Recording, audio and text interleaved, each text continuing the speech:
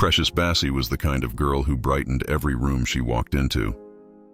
Her infectious laugh, the sparkle in her eyes, and her kind nature made her beloved by many. Growing up in the quiet town of Enugu, she was surrounded by friends and family who cherished her for who she was. But despite the love that enveloped her, Precious had always been self-conscious about her body. She was a full-figured woman, curvier than most, and from a young age, society had taught her that her body wasn't the ideal shape. In school, her classmates would make offhand comments about her size. "Precious, you're so big, why don't you try a diet? Or maybe you should join us for morning runs. It'll help you lose some weight." At first, she would laugh off the comments, pretending they didn't sting. But each remark chipped away at her confidence, slowly but surely. When Precious moved to Lagos to pursue her career in marketing, things got worse. Lagos was a city that prized beauty and success. It was fast-paced, glamorous, and above all, judgmental. Precious often found herself feeling like an outsider. She loved her job and was good at it, but she constantly felt like she was being compared to her slimmer colleagues. In meetings, she noticed how people would compliment her work but never her appearance. At office parties, she'd overhear whispers. "She's pretty, but imagine how stunning she'd be if she lost a bit of weight." The final blow came when she started dating Kelvin, a handsome software engineer. At first, their relationship was blissful.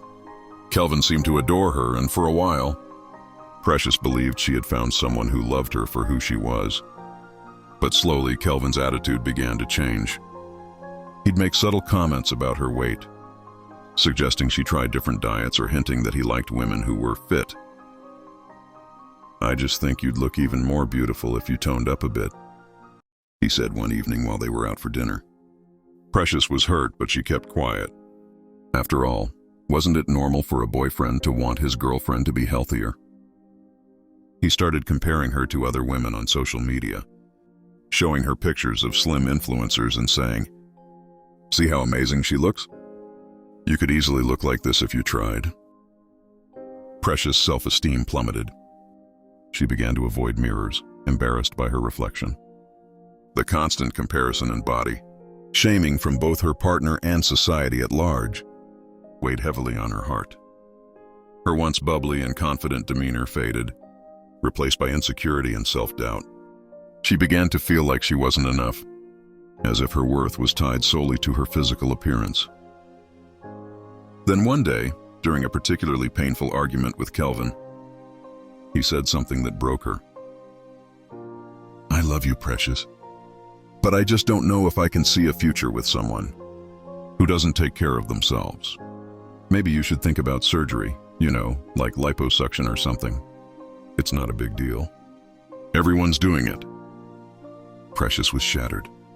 She cried for days, feeling trapped in a world that constantly told her she wasn't good enough. As the days passed, Kelvin's words echoed in her mind. Surgery. She had never considered it before.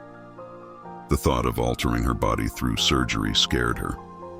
But at the same time, it seemed like the only solution.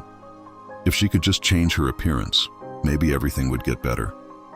Maybe Kelvin would love her more. Maybe society would finally accept her. After weeks of deliberation, Precious made the decision to go under the knife. She began researching plastic surgeons and found one with a glowing reputation in Lagos. The doctor promised her that the procedure was safe and that she would be back to her normal routine within a few weeks. Precious convinced herself that this was the solution to all her problems. She didn't tell her family, not wanting them to worry, but she confided in a close friend, Pearl. "Are you sure about this, Precious?"